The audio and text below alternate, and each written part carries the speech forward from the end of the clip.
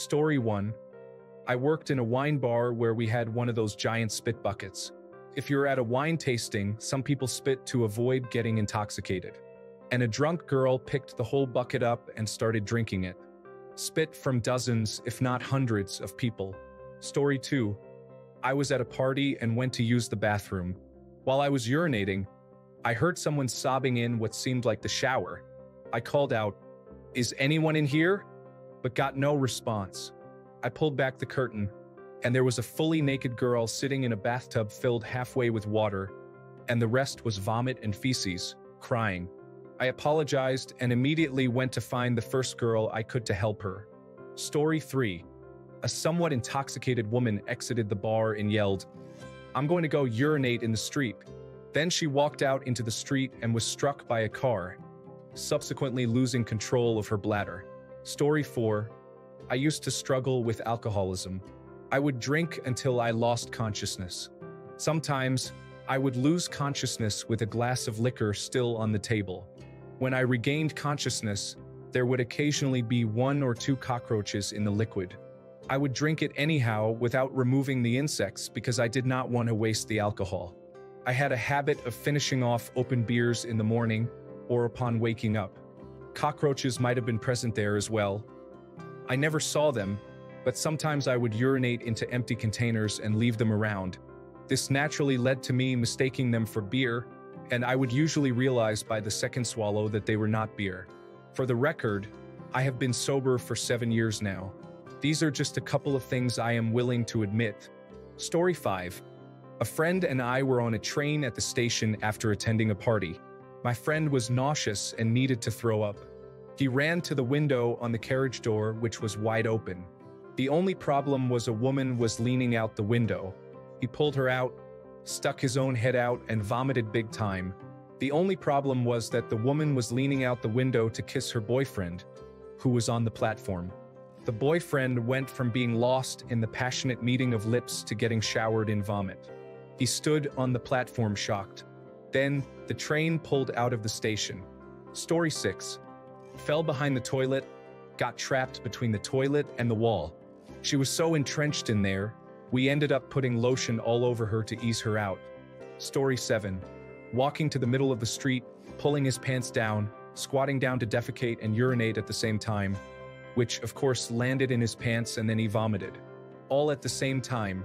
Then he fell forward trying to grab a curious cat, still vomiting. Story 8. In high school, a group of individuals were using a can of Coke to collect their dip spit.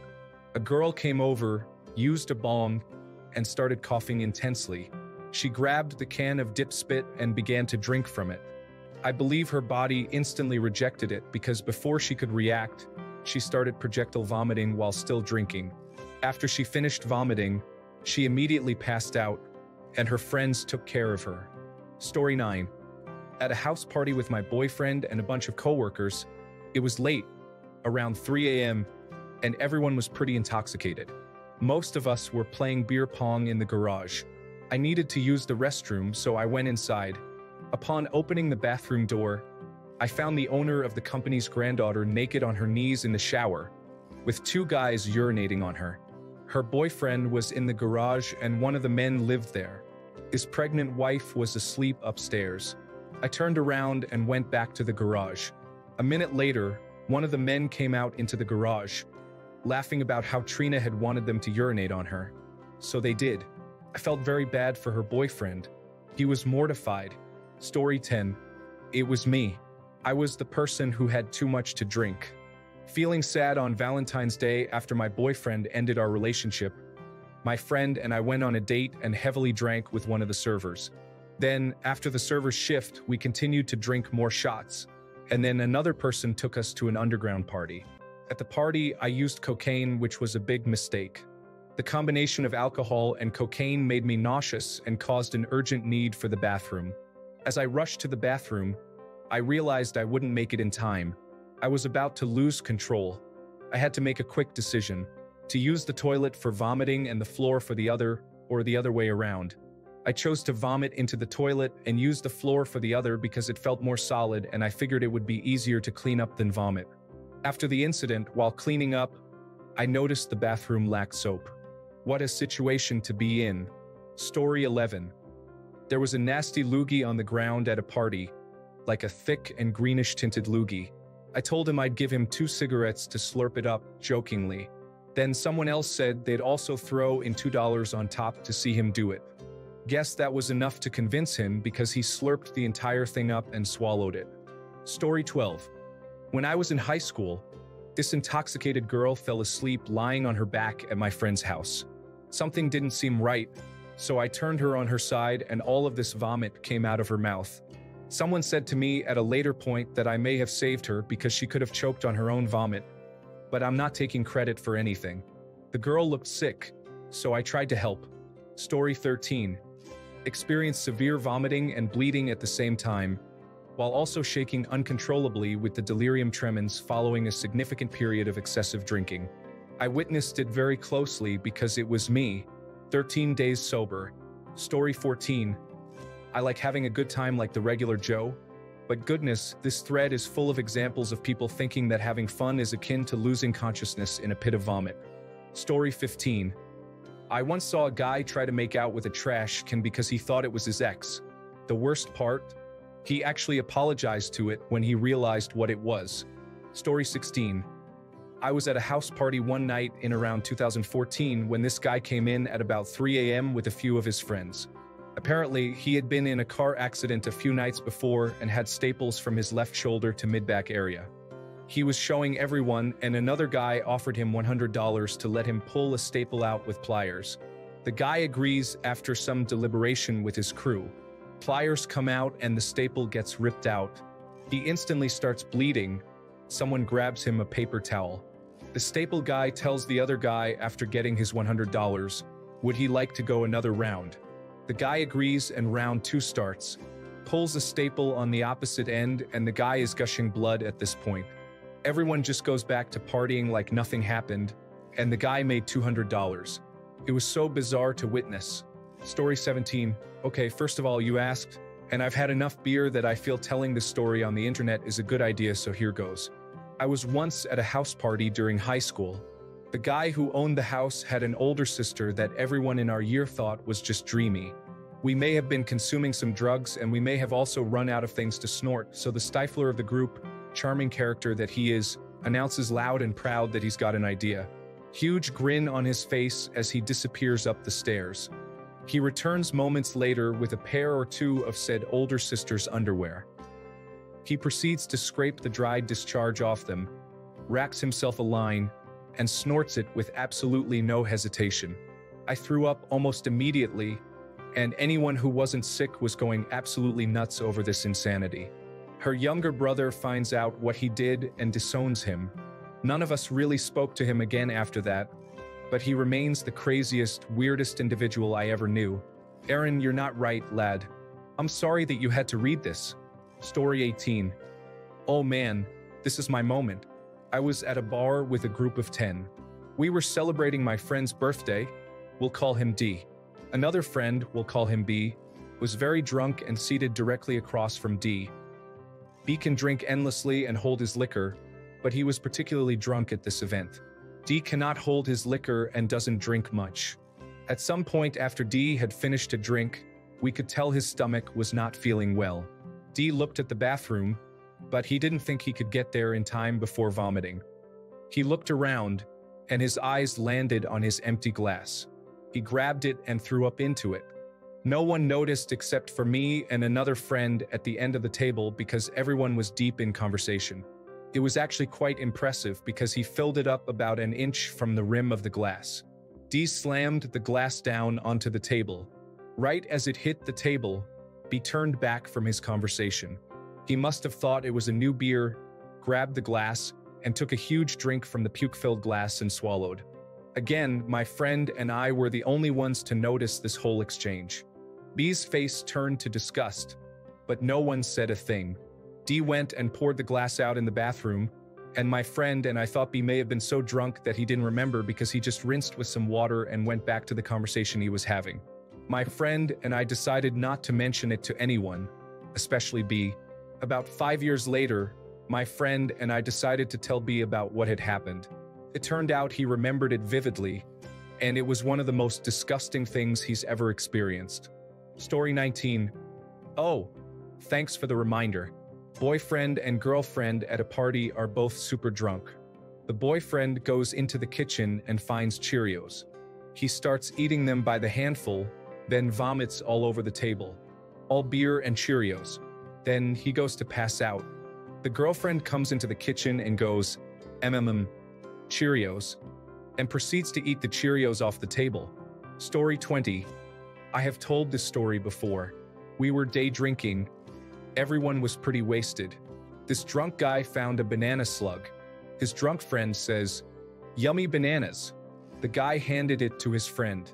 He put it on a trash can lid, marinated it with the rest of his beer, and ate it with no hands off the lid. Fast forward 30 minutes. Bragging like an idiot, he says he will drink anything and proceeds to drink a shot of motor oil. This guy is in his late 40s with a full beard, unshaven for 3 years. Long beard. Fast forward 30 minutes. He is passed out in a recliner chair. Every 30 seconds, he burps a little.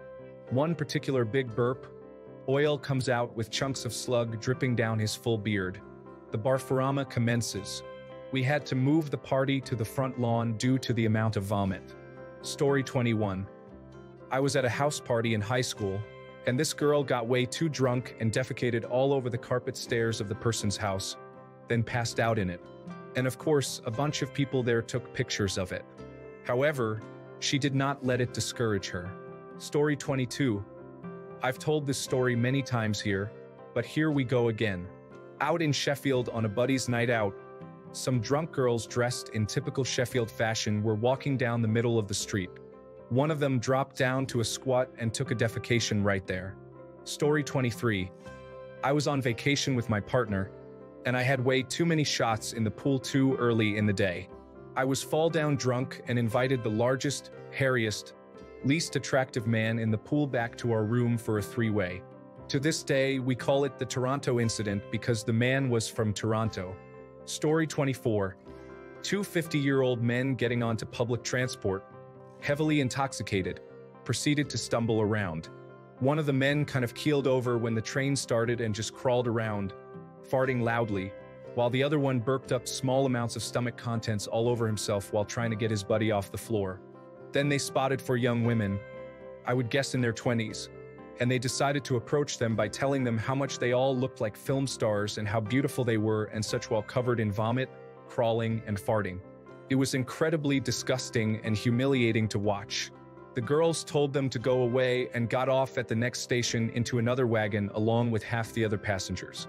One individual told the train conductor, and they were picked up a few stops later by the police, which is good because, in my opinion, they were a danger to themselves. Story 25. Once saw someone really drunk smoke a moth. I'll explain. He drank everyone's and anything he could get his hands on. He was a hang-on type person who never bought any beers, or weed, or cocaine. Nothing. He would always be on the take, so one party he turns up, we knew if he saw a half-smoked joint in an ashtray, he'd just help himself. Big mistake, as it was a huge dead moth rolled in a Rizla with a sprinkle of weed for the flavor. He smoked the whole thing. The smell, oh my lord, the smell. Story 26. In high school, my best friend had an unfortunate incident. Another friend was vomiting uncontrollably. I didn't go out with them that evening. One of my friends called me in a panic, asking me to come over because she didn't know what to do. I rushed over to help because the older guys who had taken them drinking left all 3 girls in the neighbor's driveway. I was not someone who attended high school parties. In fact, I didn't go to a single party. However, the situation with my friend was serious. She had an accident and needed help. We helped clean her up and ensured she was okay. Looking back, we realized the seriousness of the situation and how it might have been wiser to seek professional medical help considering the risks involved. It was a baffling experience. Story 27. I watched a drunk guy sitting outside a club get vomited on by someone who had been drinking a drink called Aftershock, which made the vomit glow pink. The drunk guy was covered in vomit. The girl just walked off as if nothing happened. People then posed for selfies with the guy. This was before cameras were on phones. Story 28. I witnessed the aftermath of an inappropriate incident at a house party after prom night. The girl involved wore a lovely white dress at the beginning of the evening and then disappeared for a while. It was obvious that she was quite intoxicated. Later, she reappeared with blood on her once lovely white dress and down her legs, which looked very concerning. I felt bad for her. The guy involved seemed to be unashamed, even proud, despite also having blood on his hand and forearm. They continued the night as though everything was normal. Story 29. I made a ghost pepper habanero salsa for a party in New Orleans, and some drunk dude kept bragging that heat wouldn't get him. I got him to eat a raw pepper and he completely failed it, which isn't the bad part. He was eating that salsa too, never washed his hands. Got it on his face, which still isn't the bad part. The dude was too drunk to think straight, so he went to take a piss without washing the pepper oil and salsa off. It was the first time I ever heard a man scream that loudly and high-pitched. He made a huge mess all over the bathroom and himself. He was up all night screaming, "I'll never drink again," in the bathroom in agony.